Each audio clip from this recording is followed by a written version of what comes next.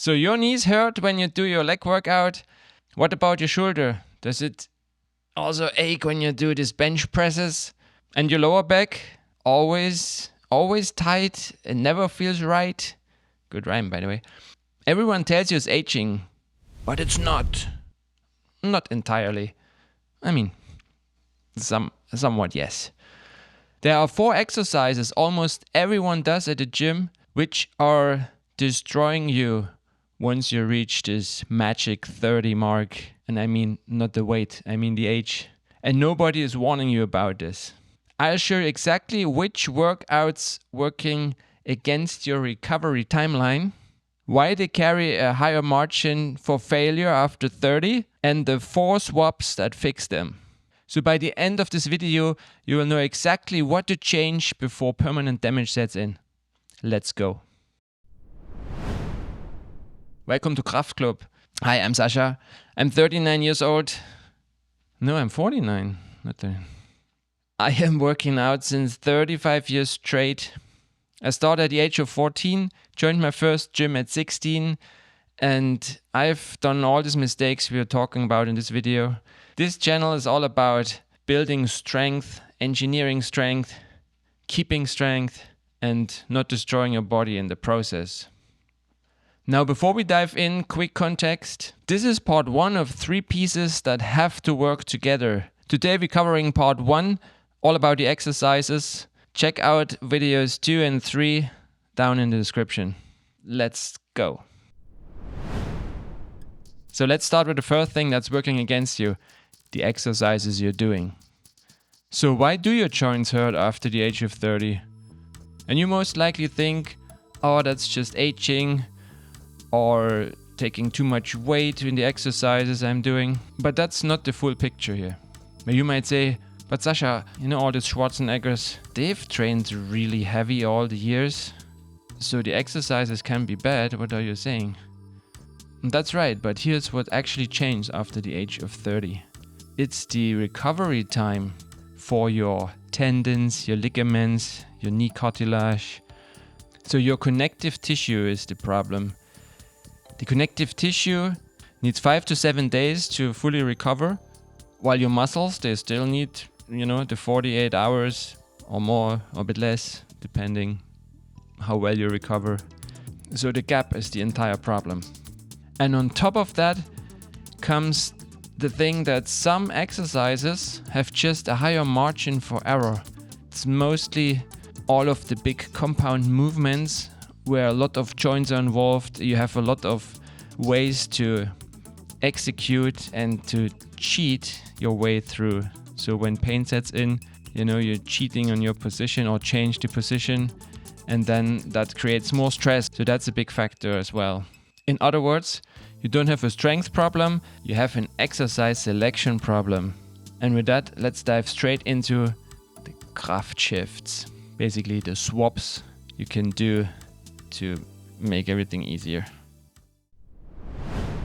Let's dive into the 4 KraftShifts. KraftShift number 1, back squats to front squats. Back squats is a great exercise. One of the biggest compound movements there is. Quads, glutes, hamstrings, core, lower back, all firing at once. That's great. Plenty of people do squats their whole lives with no problem. So the problem isn't the squat itself, it's the margin of error the bar position allows. So with the bar on your back, when you fatigue, you naturally lean forward, putting more stress on your knee joints and your lower back. Your form is breaking, but the lift can still be completed. So most people just push through. So in your 20s, your knee cartilage can recover quickly, but now as we age, as we have learned, 5 to 7 days, it's adding up. And here's why front squats close the margin of error. The bar position forces you to be in a much more upright posture, and you cannot really lean forward that much. So you have less margin for error. You're being forced in a really good posture actually. Okay, that's 1 shift, 3 more. Okay, second KraftShift, barbell bench press exchanged against incline dumbbell press. Barbell bench press has built most of the most amazing chests out there. And don't get me wrong, it's a really good muscle builder. But despite this fact, it's also not the best if you're anatomically different. I mean, with that, the reason is your hands are fixed to the bar. It's like if there would be cars, you know, your dumbbells would be like 2 cars. It would be like putting them on rails, so there's no way they can go to the sides and leave the rails. And if this is not how your joints function, you know, the grind down the wheels, damaging the car on the outside. While when you do incline dumbbell press instead, each of your hands can move freely. So the cars in our example would be like being on a freeway, like they could just change lane if they need to, you know, to accommodate some little differences in our anatomy, in our autonomy. You know this thing. I don't know. I'm still learning the language. Did you know that Kraft is the German word for strength? There's nothing more to say. 2 KraftShifts down and 2 more. Now, if everything so far makes sense for you, hit that like button. KraftShift 3, we change from the standing barbell rows to either the cable 1-arm rows or the hanging rows, or we just do 1-arm dumbbell rows, also standing, like leaning forward. I'll show you what I mean. So your lower back muscles are the stabilizing muscles in this hinged position, and once they are fried, there's no way you can continue with the exercise, even though your lat is still not quite done yet. But what's worse, when your lower back fatigues and your form breaks, you're loading a compromised spine, which could lead to an injury. That's what we don't want. Now you might ask, so what should I do instead? We have 3 options here. Option 1, switch to 1-arm rows, if your gym setup allows to do that pretty quickly. Option 2, after your barbell rows, you do some body weight hanging rows and lie under the bar and do some body weight type of pull-ups in a way. And option 3, do some 1-arm cable rows. Put yourself in a split stance, 1 knee down and 1 arm at a time. You can really wrap this arm around, you know, your back and get a nice lat activation. And then also really stretch it out in the starting position to get a really nice stretch on the whole lat. And this lets you train nicely to failure on each side. By the way, if you want the KraftClub daily routine checklist, it's down in the description. It's free. Alright, 3 KraftShifts down, 1 more. Just 1. 4th shift, heavy leg press swapped for Bulgarian split squats.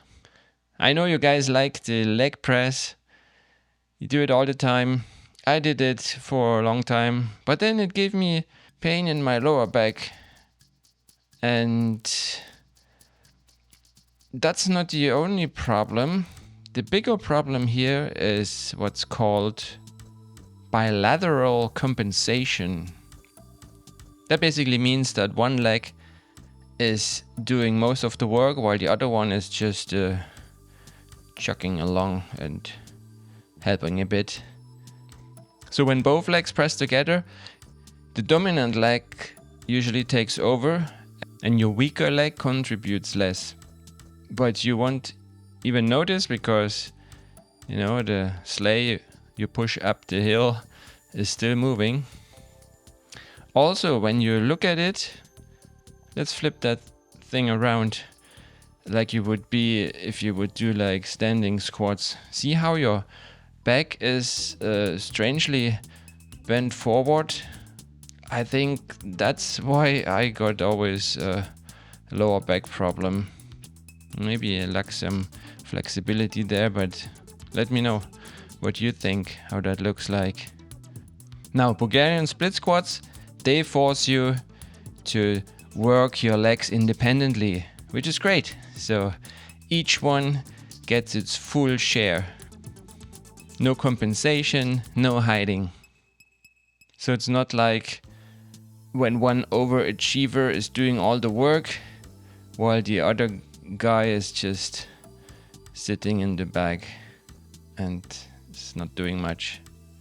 Here with Bulgarian split squats, everyone gets its full task and has to perform, and you see right away again the imbalances. One leg will be stronger, and that's a good thing. You can work those guys individually and really concentrate on, you know, killing those muscles. Alright, the 4 KraftShifts are done. There are many more. I mean, some more. But let's do them in another video. For now, we have covered all the 4 KraftShifts you can do. And you might have noticed a pattern here. We don't do lighter exercises, we shift them for smarter ones. Ones who address imbalances much better. So these KraftShifts don't remove the challenge. It's not easier, there's just less room for error. The Kraft code for recovery, while you're always exhausted and how to fix it. This is part 2 and it's coming. Click it. Also, the KraftClub daily routine checklist is in the description. Just click it if you haven't grabbed it yet. And one more thing, always remember our KraftClub rule number 1, show up. See you in part 2.